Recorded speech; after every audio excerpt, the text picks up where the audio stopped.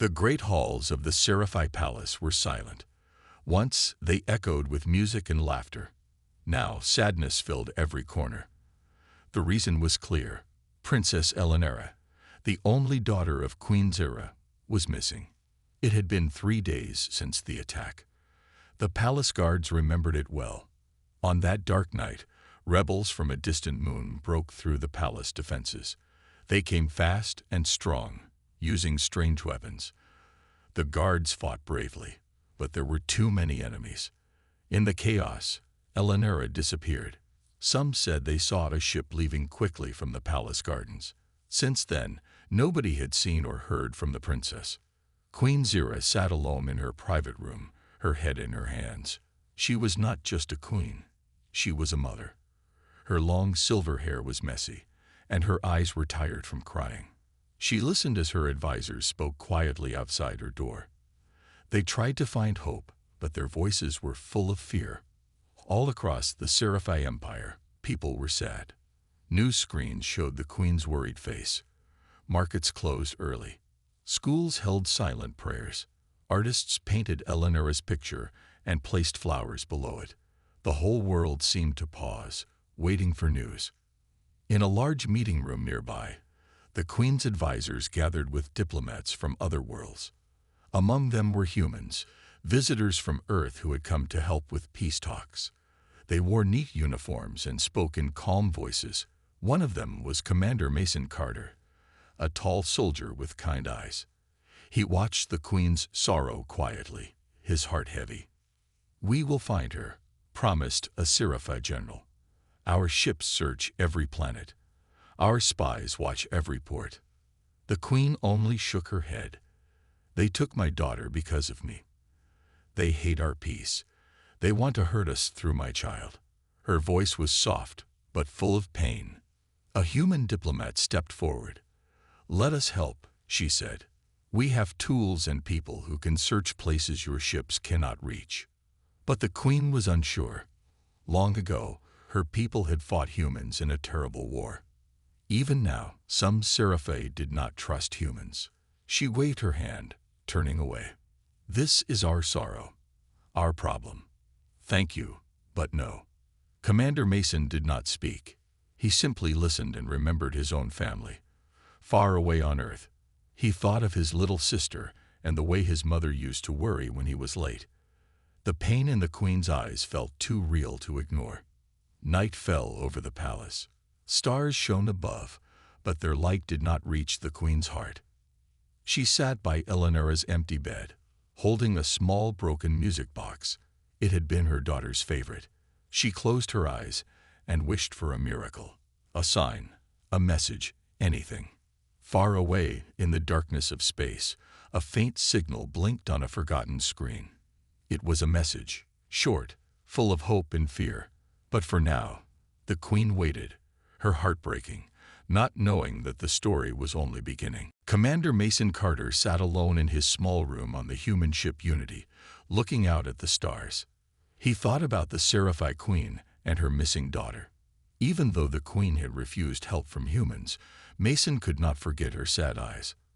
He knew what it felt like to worry about family. As Mason sat quietly, his communicator beeped. At first, he thought it was just another message from Earth, maybe something about his next mission. But when he looked at the screen, his heart beat faster. It was a strange signal, hidden in layers of code. Mason was good at technology. He quickly worked to unlock the message. The words on the screen were short and shaky. "Please help me. I am trapped. Eleonora." Mason stared at the message. Could this really be the lost princess? He checked the signal's path.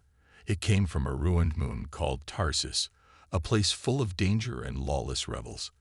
Mason knew it was risky to believe this message, but something in his heart told him it was real. Mason knew what he had to do. Even if the queen did not trust humans, he could not leave a child alone and afraid. He sent a secret message to his closest friends, 3 loyal teammates: Sergeant Lin, a smart engineer; Private Jax, a brave pilot; and Dr. Sura, an alien medic who had once saved Mason's life. When his team met in a quiet corner of the ship, Mason showed them the message. Lynn's eyes grew wide. "That's the Queen's daughter. If we save her, it could mean peace between our people." "But if we fail," said Jax, "we could start a war. We're not allowed to go without orders." Dr. Sira looked at Mason. "Why would you risk everything for someone you don't know?" Mason remembered his own family again, his mother's hugs, his sister's laughter. "Because she's scared and alone. I would want someone to help my family too. We can't wait for orders. We have to try." The team agreed, even though they were scared. They packed quickly and made a plan to reach the moon Tarsus without being seen. Lynn used her skills to erase their flight from the ship's records. Jax prepared a small, fast shuttle. Dr. Sira packed medical supplies, just in case. As the Unity slept, Mason and his team slipped into their shuttle and left the safety of the big ship. Stars spun around them as they flew into unknown space. Mason felt fear, but also hope. He whispered to himself, "Hold on, Eleonora, we're coming." On the dark moon of Tarsus, a lonely girl waited, sending signals into the void. She did not know if anyone would come. But for the first time, she felt a little hope, a hope that someone somewhere had heard her cry for help. Unseen by all, the story was moving forward. Danger and adventure waited on Tarsus, and a small team of humans and aliens flew bravely into the unknown, willing to risk everything to save a life. The journey to the moon, Tarsus, was fast but tense. Mason and his team flew in silence, each person thinking about the danger ahead. Tarsus was not a friendly place. It was known for darkness, cold winds, and lawless rebels. Still, no one on Mason's team turned back. When their shuttle landed in a hidden valley, Lynn checked her scanner. "No patrols nearby," she said, but her voice shook a little. The team wore dark clothes and helmets that hid their faces. They walked quickly, staying close together. Old buildings from a long-ago war stood broken in the shadows. Broken ships lay half-buried in dust. There was no sound, except for the soft crunch of gravel under their boots. Mason led the way, his hand on his weapon, eyes sharp. "We need to find where the signal came from," he whispered. Lynn nodded and checked her scanner again. "This way," she said, pointing to a fallen tower in the distance. As they moved closer, they saw signs of a recent fight. Scorch marks lined the walls. Pieces of Sci-Fi armor lay on the ground, mixed with rebel flags. Dr. Sira bent down and touched the blood-stained dirt. Someone was hurt here, not long ago. Suddenly, a shout echoed through the ruins. Mason signaled for everyone to hide behind a broken wall. 3 rebel guards passed by, arguing in harsh voices. They did not see the team hiding. When the guards were gone, Mason let out a breath he didn't know he was holding. They reached the fallen tower. The entrance was blocked by heavy rocks, but Lynn quickly found a small opening. "This must be where the signal was sent," she said. Mason crawled through the hole, and his team followed. Inside, it was cold and dark. The team used small lights to search the rooms. Old Sci-Fi technology blinked weakly, showing messages in a strange alien script. Jax found a panel with fresh fingerprints. "Someone was here," he said quietly. The air was tense. At any moment, the rebels might return. Suddenly, a faint noise came from behind a metal door. It sounded like someone crying. Mason put a finger to his lips and motioned the team to get ready. He gently knocked on the door. "Eleonora, it's Mason. We came to help." No answer, only silence. Mason tried the door, but it was locked. Lynn knelt down, pulled out her tools, and started working quickly. Every second felt longer than the last. As Lynn worked, Dr. Sira listened to the sounds outside. "More rebels are coming," she warned softly. Lynn finally unlocked the door, and it slid open with a hiss. Inside, the room was empty, except for a small device blinking in the dark. It was a signal sender, but Eleonora was nowhere to be seen. Mason felt a wave of fear. "She's close," he said. "We just have to keep searching. We can't leave now." Outside, rebel voices grew louder, and footsteps echoed through the ruins. The forbidden search had truly begun, and Mason's team was running out of time. Mason's team moved deeper into the dark, broken tower. Shadows seemed to watch their every step. The air was cold and heavy, filled with the smell of old metal and dust. Lynn led the way, following weak traces on her scanner. Mason's heart pounded. Eleonora had to be close. Suddenly, they heard footsteps behind them. Mason waved for everyone to hide. The team pressed themselves against the wall, barely breathing. 3 rebels walked by, laughing and talking. One of them carried a bag with Sci-Fi jewelry hanging from it. Mason felt angry. These people had no respect for life. After the rebels left, the team hurried on. The halls twisted like a maze. Sometimes they saw quick flashes of movement, other people hiding or running. Everyone on Tarsus seemed scared. Jax whispered, "This place is a nightmare. How can a child survive here?" Lynn's scanner beeped softly. "This way," she said, pointing toward an old service tunnel. The entrance was blocked by heavy pipes, but Mason and Jax used their strength to push them aside. They crawled into the tunnel, moving slowly so no one would hear them. Inside, it was even darker. Mason's small light showed strange drawings on the walls, messages from people who had once hidden here. Some were hopeful, some sad. Dr. Sira touched one drawing, a picture of a family holding hands. "Everyone wants to go home," she whispered. Suddenly, a frightened face appeared in the darkness. It was a young alien guard, shaking and holding a stun baton. Mason raised his hand slowly. "We're not here to hurt you," he said calmly. "We're looking for a lost girl, the Sci-Fi princess." The guard looked unsure, then whispered, "You are humans. Why do you care?" Mason's answer was simple. "Because she's a child. No one should be lost and alone." The guard's eyes softened. He looked around nervously, then leaned closer. "The rebels plan to trade her for weapons. She's not far. They're keeping her in the lower tunnels. But hurry. If their leader comes back, no one will be safe." "Thank you," Dr. Sira said gently, and the guard nodded before disappearing into the shadows. With new hope, the team hurried toward the lower tunnels. Jax checked his weapon, Lynn updated her map, and Mason led with quiet strength. They passed old machines, broken doors, and flickering lights. The deeper they went, the colder it got. At last, they reached a heavy door. Lynn worked fast, using her tools to unlock it. They heard voices inside, harsh and angry. Mason signaled for silence.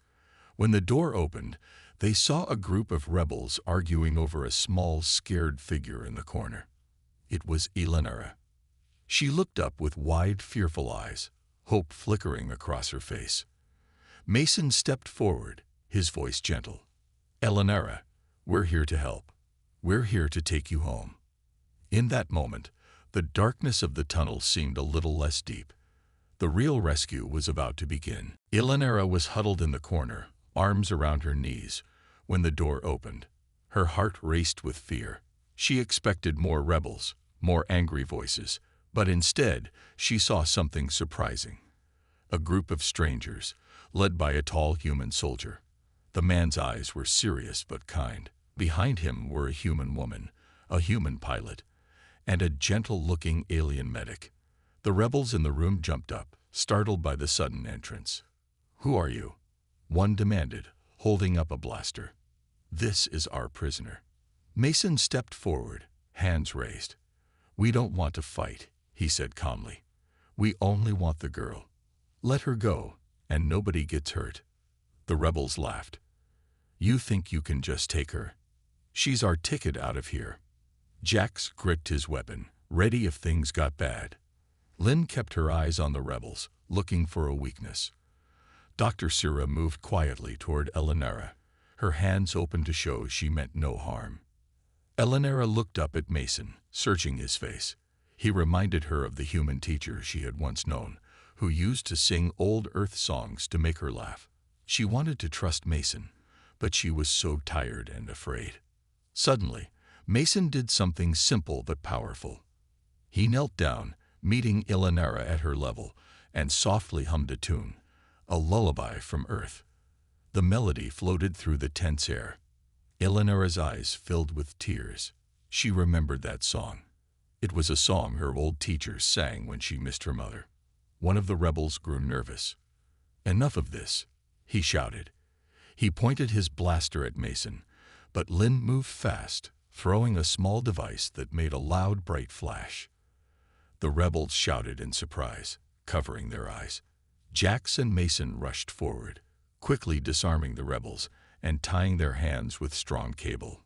Dr. Sira hurried to Eleonora's side. "It's all right now.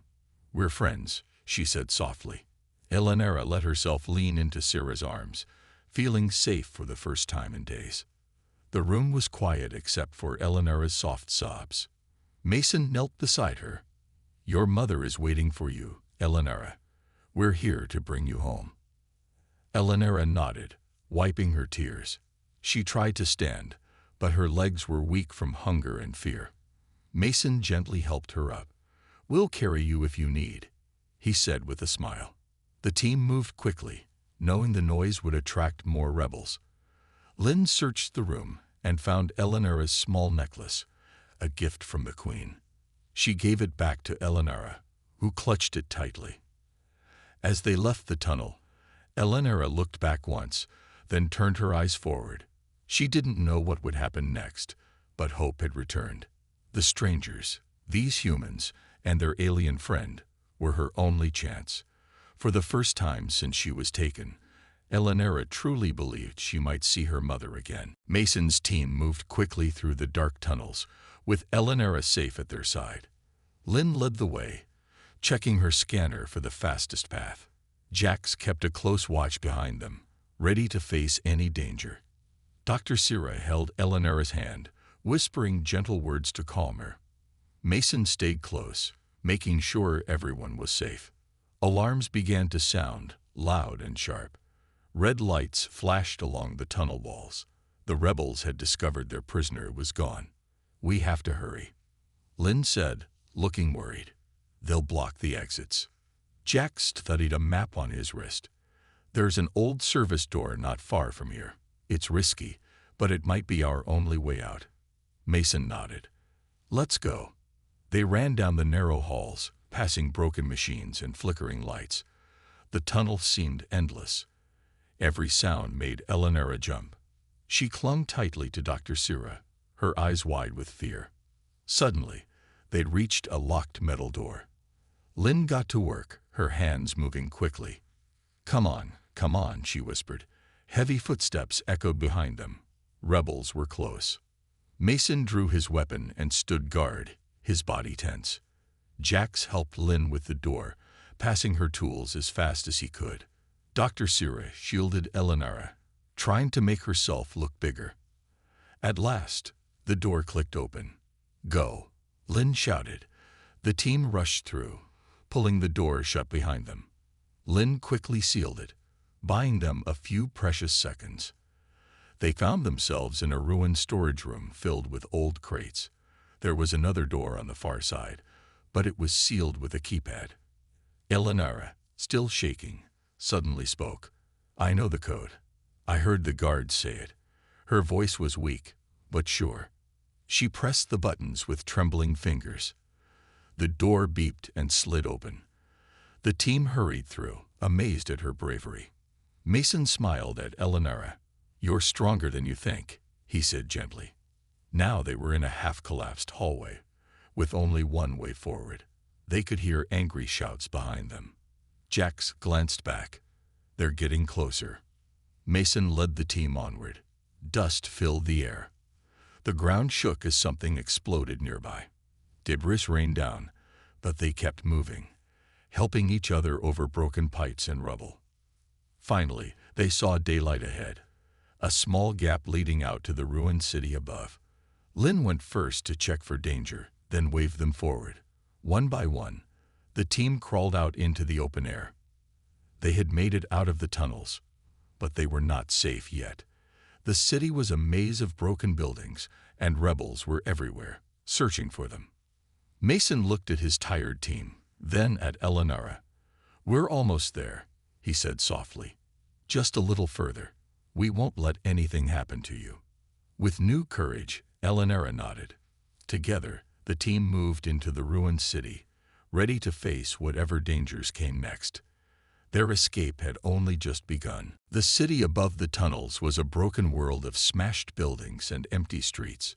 Smoke drifted in the air. The sound of distant gunfire and shouts echoed from every direction. Mason's team stayed low, moving from shadow to shadow, with Eleonora in the middle. Lynn checked her scanner again. "There's an extraction point on the other side of the city," she said quietly. "If we reach it, our ship can pick us up, but the rebels control most of the roads." Mason nodded. "We'll have to go around. Stay close, everyone." They moved quickly, but carefully. Jax led the way this time, choosing the safest path. Dr. Sira kept her arm around Eleonora, whispering kind words to help the girl stay calm. Eleonora listened to every sound, her heart racing, but she trusted her rescuers. As they crossed a broken bridge, a rebel patrol spotted them. "Stop! Surrender the girl!" one shouted. Bullets whistled through the air as the team ducked behind an old vehicle. Mason fired back, covering his team as Lynn and Jax pulled Eleonora to safety behind a wall. "We're pinned down," Lynn said, breathing hard. Mason looked at Eleonora, then at his team. He knew he had to act fast. "Jax, make a distraction," he whispered. Jax nodded, grabbed a smoke grenade, and tossed it far to the side. Thick smoke spread out, confusing the rebels. "Now," Mason ordered. The team ran for a side alley, staying low. The rebels fired wildly but missed. In the chaos, Mason saw a small side door open. An old alien woman waved them in. "Hurry, before they see you." Inside the small building, the team caught their breath. The old woman was nervous but kind. "I know who you are. People say you help, not hurt," she said. She pointed to a back door. "You can reach the city's edge through the sewers. But hurry, the rebels will come." Mason thanked her. "You're risking a lot for us," he said softly. She shook her head. "No child should suffer. Good luck." The team hurried through the back door, following her directions. The sewers were dark, damp, and smelled terrible, but they were safe for now. Lynn checked her map by the glow of her scanner. "This leads right to the edge," she whispered. As they moved through the tunnels, Eleonora stumbled. She was tired and hungry, but she didn't complain. Dr. Sira gave her a small piece of food and a drink of water.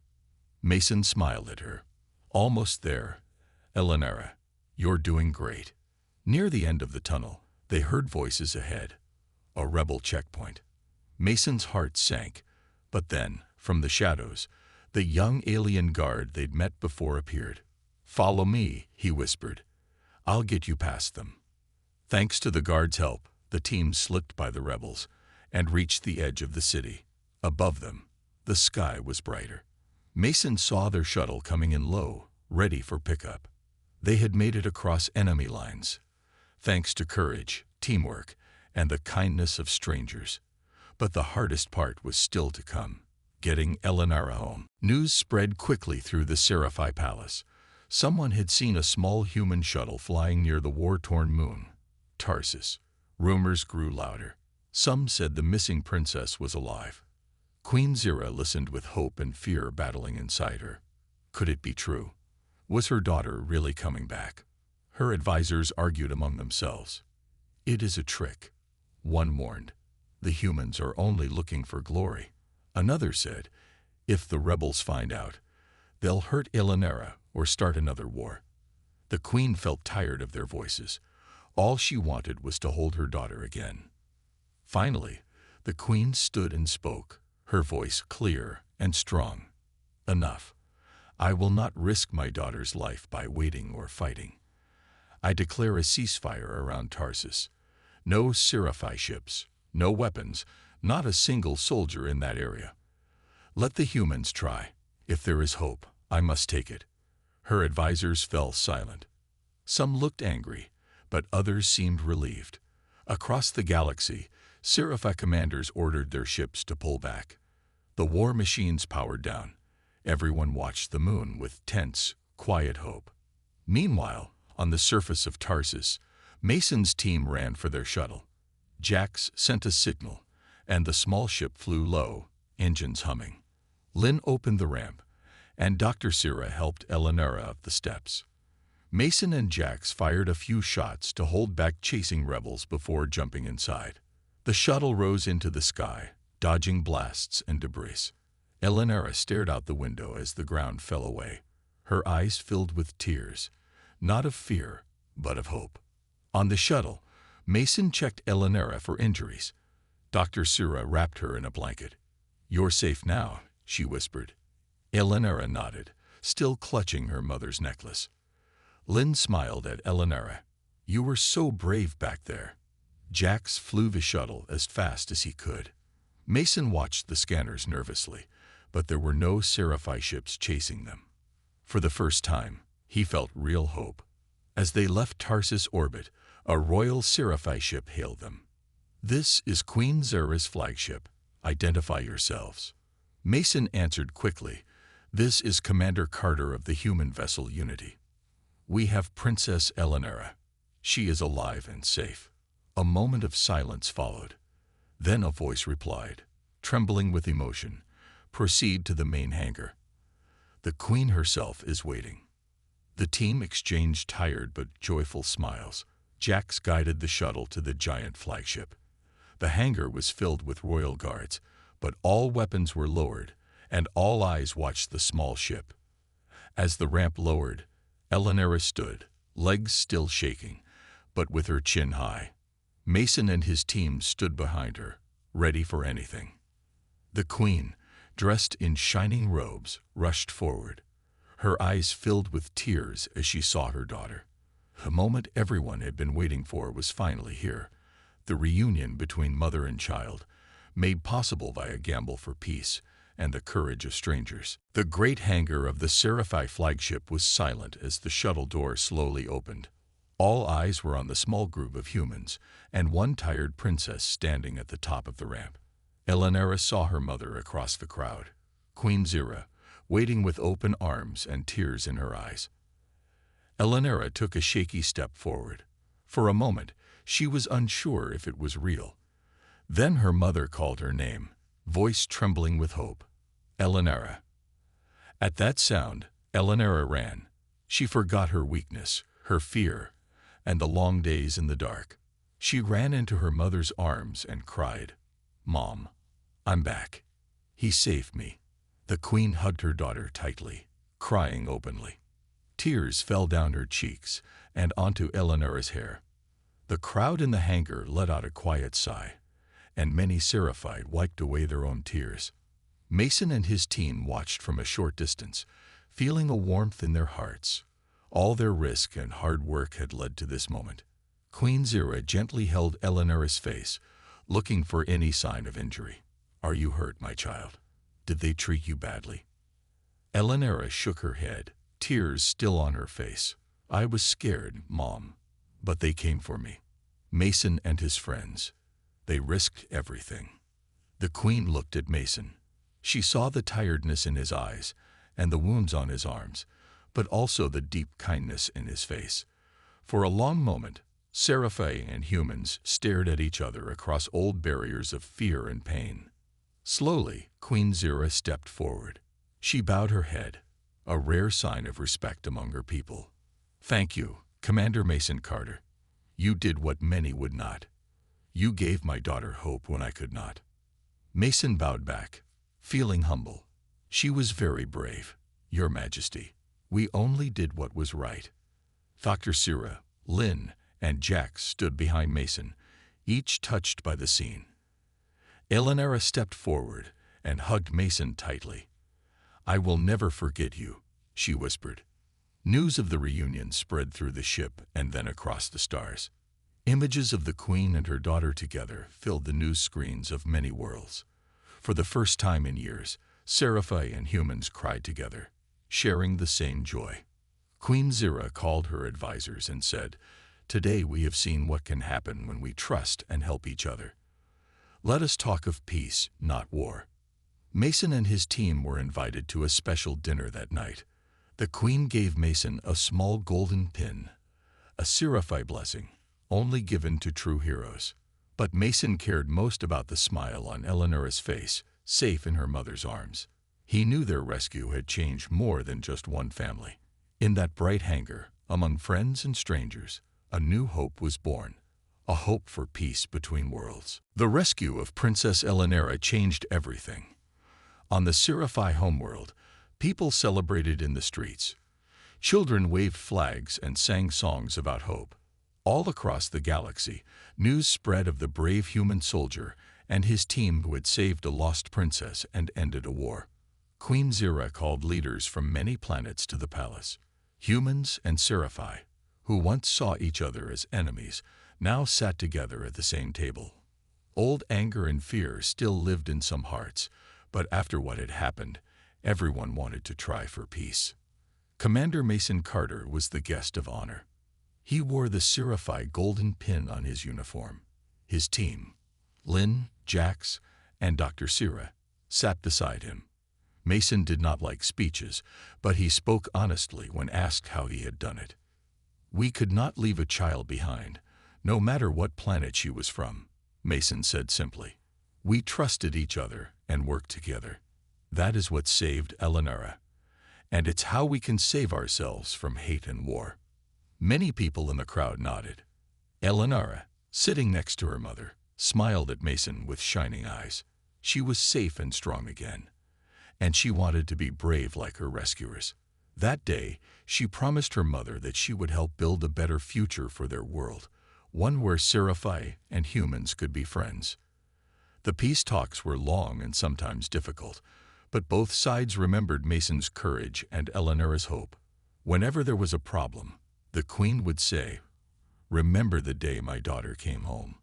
It made people try a little harder to listen and forgive. In time, Sci-Fi and humans began to visit each other's worlds. Children from both species played together in parks and learned each other's languages in school.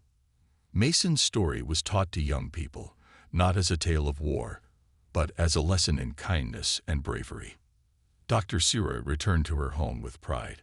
Lynn became a teacher, telling her students, "Courage is not about fighting, but about doing what's right." Jax kept flying, but now he carried diplomats and scientists, not soldiers.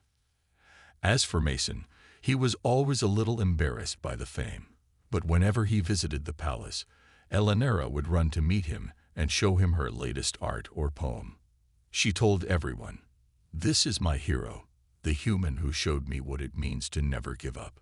And every year, on the day of the rescue, the queen would gather her people and tell the story again. She would finish by saying, "We are strong not because we fight, but because we help.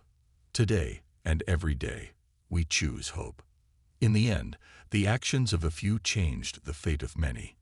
And in the light of new friendship, the galaxy grew a little smaller, a little kinder, and much more full of hope.